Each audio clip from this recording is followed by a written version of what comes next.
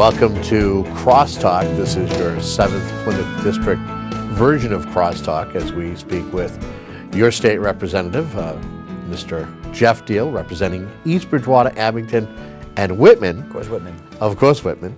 Well, we're back here to talk about what you've been up to, some of the things that are going on, whether it's up on Beacon Hill or maybe off on a trip to gather more knowledge. How are we doing this month? Busy, getting those frequent flyer miles accumulated, both on the road and in the air. So it's been a busy month.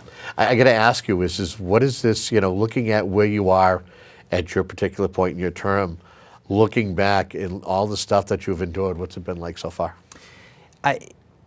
Challenges that you didn't expect coming in through the front door, and things that, pleasant surprises, like actually achieving some things up at the State House that you maybe thought were going to be more of a challenge. So it's been a nice mix of everything, but also just being open to so many events that go on locally, and taking part in so many new things that you don't normally do as just resident and finance committee member. You really have a chance to do a lot more, and like being invited to that thing out in Seattle, so that which we'll talk about. We definitely will get to. That's right. But no, it's been and it's almost been a year since the election. I think we're coming up on that anniversary. So yeah. It's been quite a year. I got to ask you, while you're wearing off the shoe leather, getting out there talking to folks, and one of the things that I think was probably the biggest thing that you talked about was about aid. Local aid, and we got some news regarding local aid. Do you want to share it with us? Sure. Yeah. I mean, when I first decided to run for office, I was on the Finance Committee, as I mentioned, and it was the cuts to local aid that I felt, Beacon Hill wasn't really looking to what was best for the cities and towns. So it was really, literally #1 on the information I gave out there when I went door to door and said, first thing I want to do is make sure we restore local aid to our towns. Well, of course, this last year we had, more cuts to services based on the economy. Right. And the governor's budget had a $65 million cut to local aid once again, another deterioration. We put, the House GOP put an amendment in the budget that passed in June, and it had to get through the Senate, and it finally had to get through conference committee, and the governor had to sign it. Just got signed, the approval of the reversion money, which is where the pool of money comes from, to pay for that $65 million restoration to local aid. So I actually brought a few numbers here just so I specifically can give you that information. But we did restore $65 million to the state as a whole. For my district, Abington gets $120,305. East Bridgewater, $91,541, and Whitman, $148,090. So it's a significant amount of money for each town getting back what they weren't going to get for this year's budget. So that was a big victory, and I was very, very pleased that we were able to pass that through. I got to ask you, what is that like to champion the cause? That was something that you made a campaign promise that you will be out there, making sure that local aid comes back to the communities that you serve. How does that make you feel that at least that's something that you can cross off, that you've been able to stay on top of? Quite honestly, money is how towns provide any of the services, all the critical services. So that was the key thing that I wanted to make sure I got done this year. I've got some other initiatives still working on, but that, and also part of that was getting appointed to Ways and Means. And when you met with Chairman Brian Dempsey, several times, every time I saw him, we talked about the fact that I felt local aid was one of the key things we needed to have happen. And the Chairman of Ways and Means is one of the people that makes sure that certain things can be done. And so it was, I think, letting him know and continuing to, talk to other representatives up there that we really needed to make sure we did what's right for our towns. And ultimately, that won the day. And part of this whole, as far as not only the money that was in the SUP budget for the local aid, but monies were put back in, I believe $350 million were put into the rainy day fund, the stabilization fund, building up those coffers to $1.4 billion. $1.4 billion. And because of that, because that was a promise, and that's why I think Standard & Poor's decided to raise the state's standings, I think from like AA to AA+. How do you feel about that? That we're at least, of all the states that are struggling, we're right there with, if we need money, it's there. We as a state are doing very well compared to other states in the country. We as this district, these towns, are doing very well in keeping reserves in store. And reserves are the other part of the equation, not just being frugal with the money and putting it back where it needs to go, but also putting aside a certain amount in case of the rainy day. And we were down, you know, a little over a year ago, close to $300 million. I mean, basically down to that much left Right. from $3 billion several years ago. So we're not back to the $3 billion, but we're close to halfway there. And that's a great sign. And we do see increased revenues this year in tax receipts.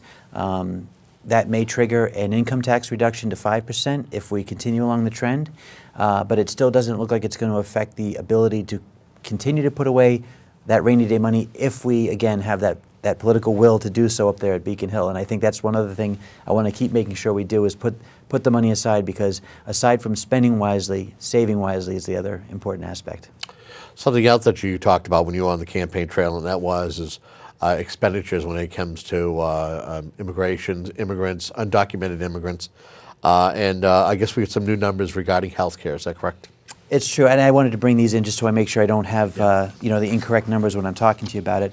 But one of the, in the supplemental budget that approved the reversion money, the $65 million back, one of my legislators, colleagues up there, requested as part of that supplemental that we get information back from the governor's office on money being spent to, for, you know, healthcare, mass health, on coverage for people who are here undocumented, or illegal aliens, as a lot of people like to say. And unfortunately, that number is also significantly high. We looked at just this last year, FY11, a little over $93 million was spent on undocumented citizens of Massachusetts, not citizens, I mean undocumented immigrants Right. of Massachusetts. Now, there's also what they call legal immigrants, which are people who aren't documented but have and have been here less than 5 years. So they sort of, it's an ambiguous sort of classification that the governor's office put out as well. That's another $95 million. So you're talking about a combined almost $188 million of money, but at least $93 million of which we know is going towards illegal immigrants, potentially up to $188 million. And that doesn't include things like, you know, the SNAP, which is the food stamps. It doesn't include unemployment insurance. It doesn't include costs for education. This is just mass health. Right. So it's something that I think we were looking for as far as trying to put a hard number on the cost to the state. And I mean, if you can imagine, that's quite a bit of money that is going out that really could be used towards, you know, again, education for people here, you know, legally in the state. Again, more money be back to the towns. Other services, you know, we've had to have increases in adult daycare. There's so many places we could use that money, and this just at least allows us to point to a figure and say, look, this is how much it's costing us when we're not really taking the reins on this issue. And so maybe it'll help us move forward in that direction as well. I guess what I would ask you is this information a piece of the puzzle to more discussion as far as immigration reform? I would say, at least in Massachusetts, it should be a part of the discussion. I mean, when I was, again, on those Ways and Means hearings last fall, one of the things I learned was that Massachusetts has about 6.5 million residents. About 1 million are foreign-born. It's quite a few. About half of those, so 500,000 roughly, are fully naturalized citizens. Of the other 500,000, they say between 200,000 and 300,000 are ineligible for naturalization, meaning they're here on work visas or something like that. But of the remaining couple 100,000, that is where, again, they're unable to even process that amount because of the sheer volume of people here illegally. Right. And again, as you can see, the cost to the state is quite high just in health care alone. So I think we're trying to, you know, gather a lot of the pieces of the puzzle to make a better case for what we need to do as far as reform here in Massachusetts. And, you know, Secure Communities was part of that discussion where we were talking about the, you know, at least trying to enforce laws that the federal government's requiring by 2013, which would require, you know, illegal immigrants with criminal records to at least be deported. And unfortunately, the governor has been unwilling to move that initiative forward, even though it's federal law that's coming due soon. Right. So it's all part of that greater discussion that we're trying to have up at the State House. Right, so we have more information that remains to be seen, so to speak, or for us to discuss. Right. I mean, at least we're starting to get real numbers out that we can point to as saying this is the cost. And now we've got to say, let's talk about policy. Okay. Let's talk about something else that I know that's important to you, and that is education. I know recently there was a documentary that was shown at the Whitman-Hanson Regional High School. Talk to us about that particular film. I know you kind of co-sponsored it along with the school district, and what we have coming up on November 15th as well. Right. So October 20th was great. We had the filmmaker Vicky Abeles from San Francisco area, a parent who just got very concerned about what was going on with her own children, some neighbors, and she decided to make a documentary about the pressures being put on kids to perform in high school.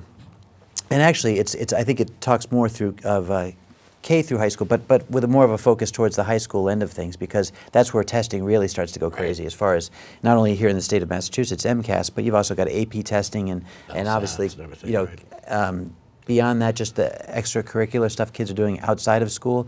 So she documented talking to students, teachers, parents, and put a really compelling film together from with testimony from around the country about, you know, what the problem was and some ideas on how to reduce the pressure. And you know, one of the arguments she makes is reduce testing, and that's something that actually is gaining momentum in a lot of different areas, including the new Common Core curriculum that's being developed, which is the new standards that we're going to be moving to for education. Those are federal. The state of Massachusetts actually we signed on to be a part of what the federal government's doing, correct? In fact, some would argue that program wouldn't be going forward had Massachusetts not signed on. We're known as the lead state in education, and they were really looking to us to join in that. And the lead, right? Exactly. And you know, some people make the argument that that may be dumbing down, you know, Massachusetts. I actually think it's the other way around. We're actually providing other states, you know, sort of we're the lead horse, letting other states figure out what we're doing right. Yeah. And it may actually end up benefiting us, because we're gonna now have a more open dialogue with and seeing what other states are doing potentially wrong, so we can avoid those mistakes as well. But that's a whole nother discussion as Common Core. As far as testing, though, I think they're starting to understand that some of what's going on is that we may be over-testing our kids. I mean, right now we test from grades 3 through 10, and that's every year. You know, you could make the argument, for example, Coca-Cola doesn't necessarily take a sip of every bottle that comes off the line. You know, GM doesn't crash every car before it gets put out on the lot. We don't necessarily need to test every kid every year. We could do random sampling, in my opinion, of districts, of schools, and that would, you know, again, give us a good thumbnail of where we are, but not necessarily put that much pressure, you know, on the kids to perform. And there's a big proponent of that. His name's Tony Wagner from Harvard.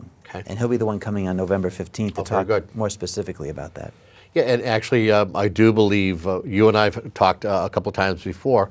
He's going to be giving away books. We've got 50 books that we're going to be giving away. The Global Achievement Gap that he wrote. He followed that up by narrating this movie called The Finland Phenomenon. So we're going to show a short 15 minutes from that movie. It's a great documentary that talks about Finland, the #1 school system in the world, and where we rank compared to them, and what they're doing that's making them very successful. And part of that, you know, thing is testing. Is less testing sometimes creates, and in fact less homework even, has created a system where kids are very excited to go to school. They actually complete a lot of their work during the school day, and so they can come home and actually feel free to engage in, you know, all the other stuff that they want to do as a family or as just kids, you know. Have you heard from any other parent who feel as though what we do nowadays is we are teaching them to these tests, we're teaching them to excel at these tests, and not necessarily to educate them and prepare them for, you know, the big world that's before them when they reach college and beyond? Well, that is part of it. We're teaching it sort of an outdated mode of memorization versus critical thinking. That really gets to the heart of what's going on. And so, you know, what they're talking about is, yes, we still need a way to kind of monitor teacher effectiveness. And that still can be done with random sampling. You can see how a school district's doing. You can see if you feel like you've got an issue, you could make sure that, you know, a certain grade or classrooms were tested. But the point is, you know, we need to have more trust too. That's one of the things that the movie talks about. Is Finland's a very trust-based society where teachers and parents and students trust each other. Kids actually call their teachers by first name, and they have a feeling of excitement going to school because they feel like they're partnering with the teachers to, in getting ahead, and the teachers look at those kids as a chance to really hone their skills.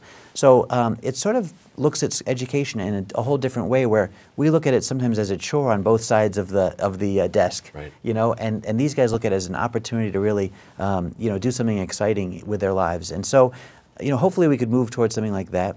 But again, there's the discussion is what needs to happen. And to your point, you had said, do parents talk about that? And there was, at the Race to Nowhere screening, there was a question and answer period afterwards, and a parent did bring up the fact that they felt the AP testing, for example, was really putting a lot of pressure on the kids, in that junior, senior year, Right. to try to do, on top of the MCAS testing and the SATs and all that. I mean, so much testing going on all at once in those last 2 years, and these kids at the same time are feeling that pressure of trying to get into the school. And so it is something that we really need to look at and see if we can simplify.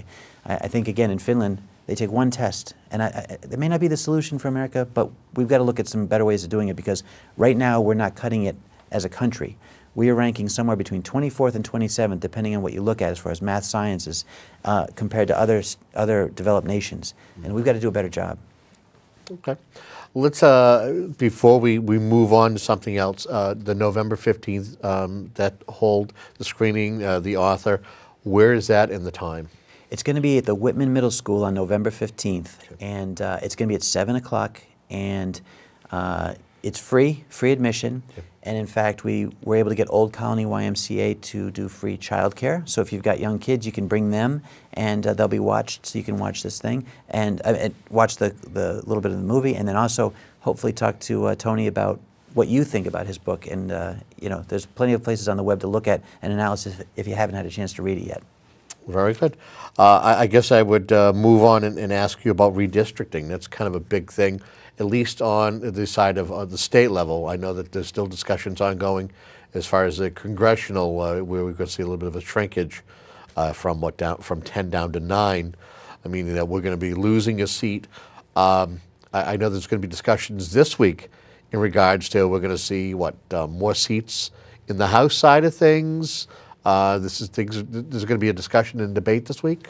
This is we've actually they put everything online, so they wanted to make sure they avoided the issues that occurred 10 years ago. Yep. And so they've tried to increase the transparency by putting things online. They even gave a 2-week discussion period. So we had a formal session to introduce the new maps, and then 2 weeks to have public feedback from that. In fact, they also had public hearings throughout the state in the last few months. Right. So there has been a good chance for the public to weigh in, and they've looked at minority-majority districts. They've made accommodations for several things due to population shifts and some growth.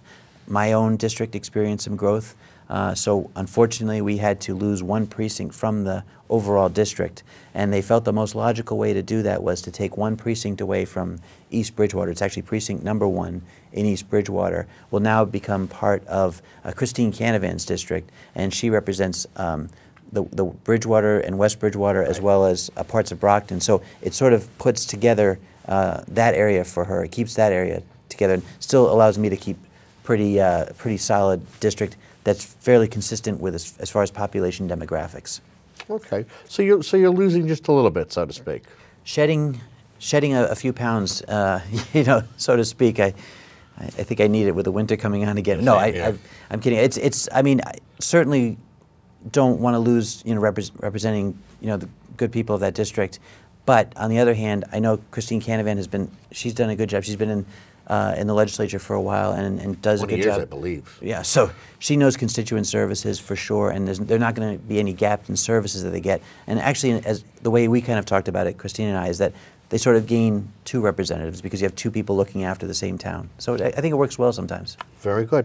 We just recently had this big October snowstorm. Have you heard from any of your constituents as far as losing power or anything like that? Yeah, there was a minimal loss of power while they shut down. I think they had to shut down a transformer station in one place, and it was, I think, about a half an hour power loss. So this was not nearly like the tropical storm Irene situation, where we had 5 to 7 days of constant monitoring.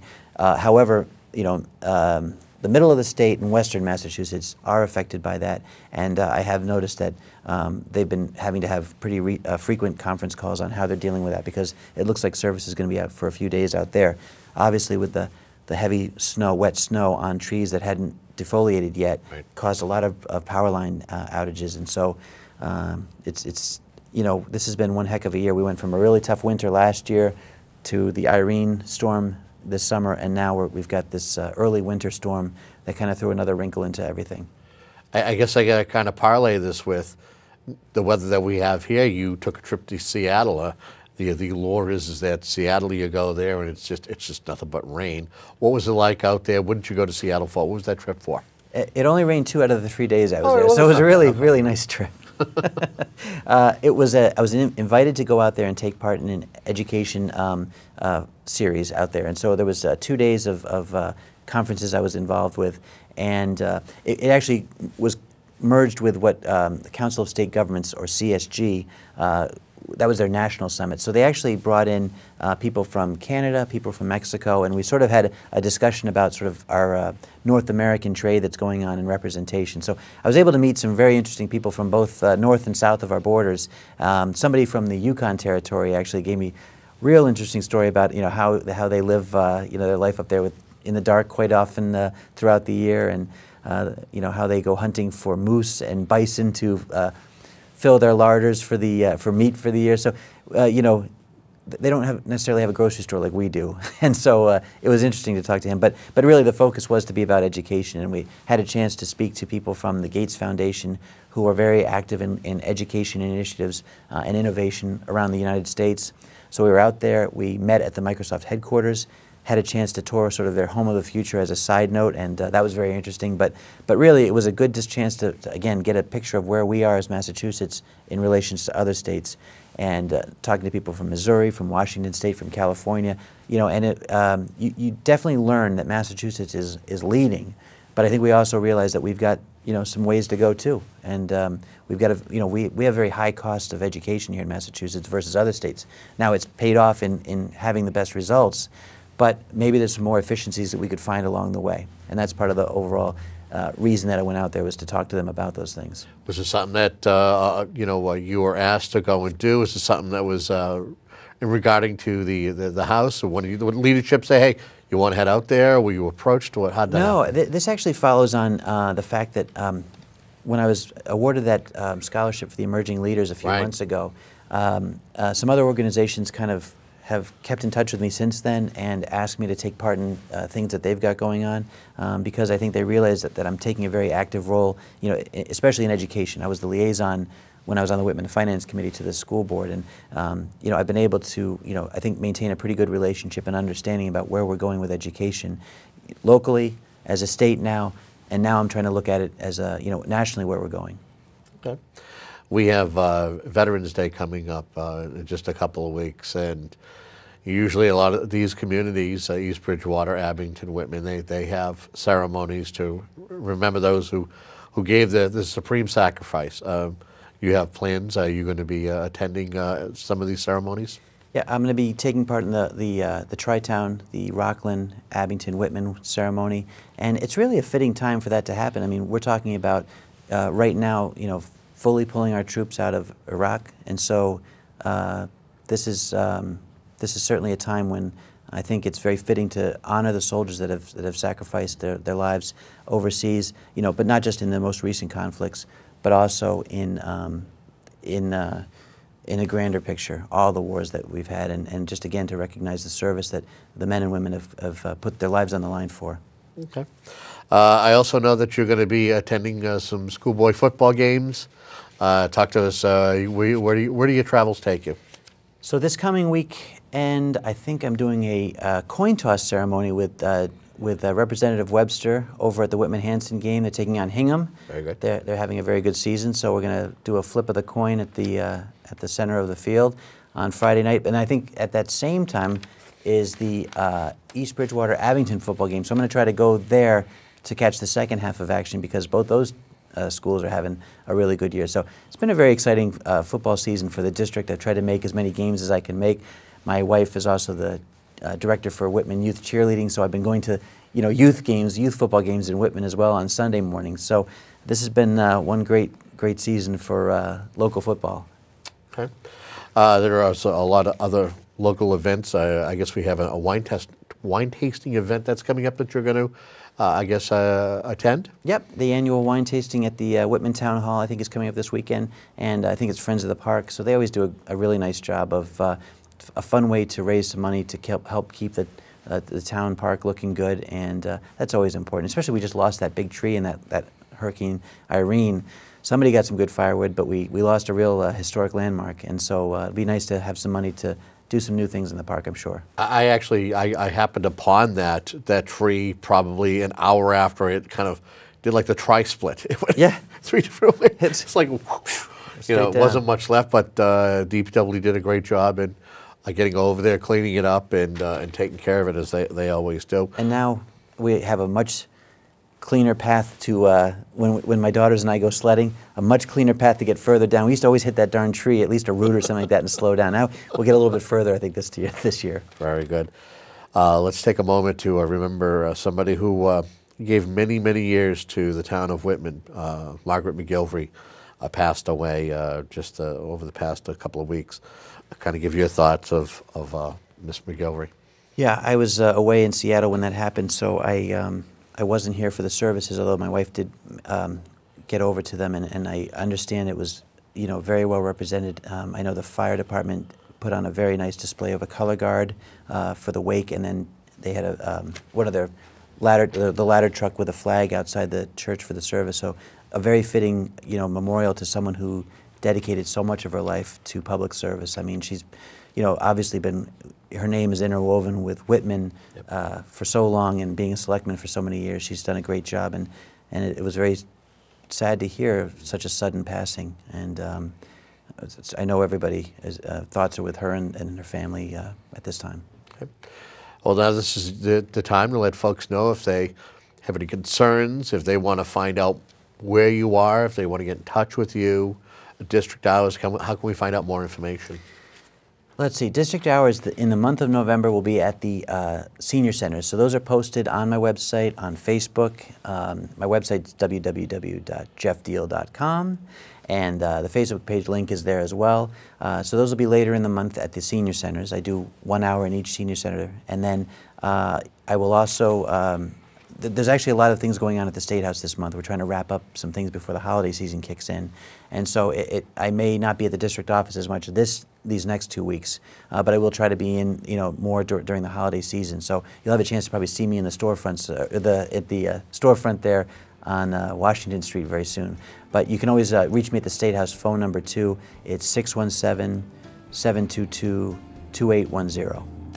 I want to thank you for joining us once again. Another great month, a busy month for you. We wish you a happy holidays. Probably next time we talk will be after Thanksgiving, so we wish you and yours happy holidays, my friend. You too. And that's it. That's all we have for the 7th Plymouth edition of Crosstalk with the State Rep Jeff Deal. Until next month, have yourself a great day.